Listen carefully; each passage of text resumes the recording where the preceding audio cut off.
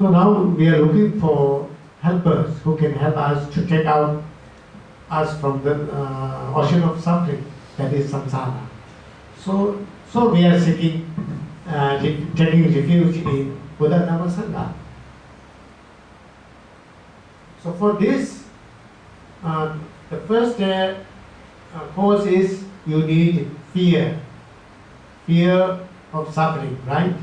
That now you have understood. And the second cause for taking refuge is that you should have faith in Buddha Dhamma Sangha. So for that you need to know about Buddha Dhamma Sangha. Because if you do not know about Buddha Dhamma Sangha, then you cannot have faith in them. So if you do not know one person, it's a stranger to you, he is a stranger to you, then how you can trust this man? You cannot trust this man because he may be good, he may be a good person, but you cannot trust because you don't know him, right? So therefore, first you must know what is Buddha Dhamma Sangha. And then you must know that if you take refuge, if you ask for help to Buddha Dhamma Sangha, then they can and they will help us. You must know about that. Okay? Dharma of instruction, or in other words, through the words of Buddha, we can get realizations, we can attain realizations, right? When we attain realizations within ourselves, then we can eliminate the negativities. So Buddhas, what they can do is they can show us the path to enlightenment.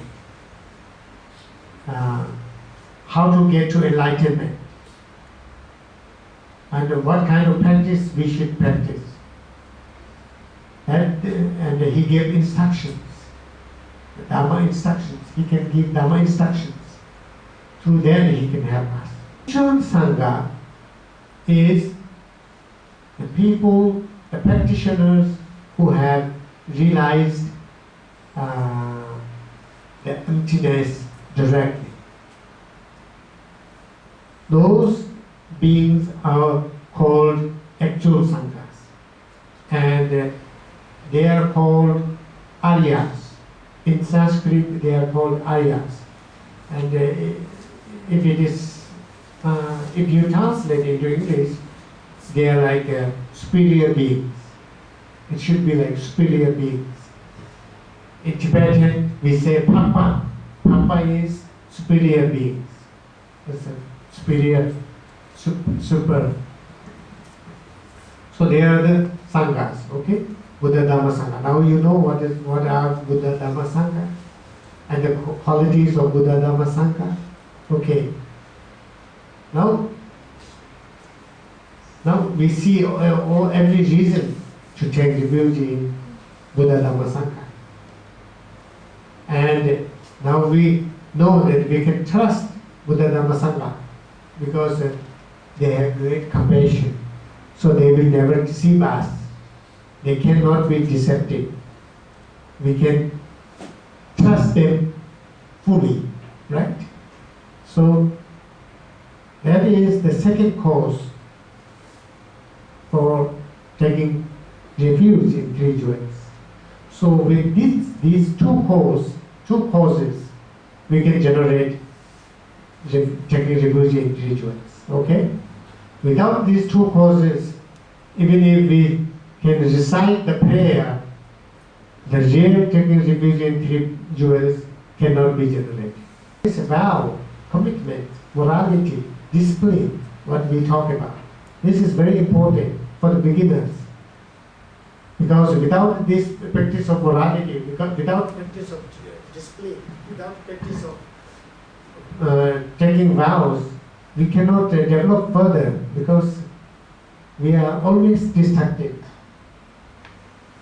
And we are familiar with negative actions, and we are not familiar with positive actions right from the beginning.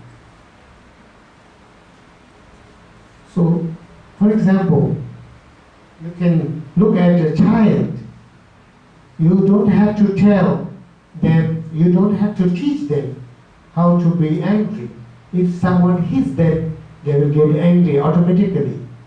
You don't have to teach them. But to be patient, to be generous, to be compassionate, you have to teach them, right? That is the sign that they are familiar with the negative actions, but they are not familiar with positive actions. So we have to teach. You see that, right? So therefore, to develop ourselves, it is very important to make ourselves more familiar with morality and discipline. And so we have to, at the beginning, we have to control ourselves by force. Oh, anger is not good for everybody, not for yourself and for others. I must control anger. You should analyze yourself. Whenever you get angry, you look at yourself and try to find where is the anger within yourself. When you analyze within yourself where is the anger disappears. You cannot find the anger within yourself. So in that way you can calm down yourself and you can reduce the power of anger. And we must try every possible way to reduce our anger and ultimately to eliminate our anger, right? So in this way we must train. And that is morality, that is discipline, and that is vow we are taking, making commitment. We have taken, when we take the Refuge individuals, that we have made the promise that I will listen to Buddha. I will listen to the words of Buddha, right? And you have made, because you need Buddha's help, you need the doctor's help, so you must listen to the doctor. If you don't listen to the doctor, you will not be cured. So if you want to be cured, you must listen to the doctor and you must follow the advice of the doctor, right? Similarly, you must follow the words of Buddha, right? So we have already made the promise to listen to Buddha, and Buddha's teaching is to accumulate merit. So automatically we will keep on accumulating merit. It may be difficult to practice, but it is not difficult to know. There are two things you must know. That is just we talk accumulation of merit. And the second thing is purification and compassion. You have accumulated merit fully. That means you cannot accumulate merit anymore. You have reached the peak. Okay? You cannot go further. And then you have purified all the negative energy. You have purified all the bad imprints and bad karma.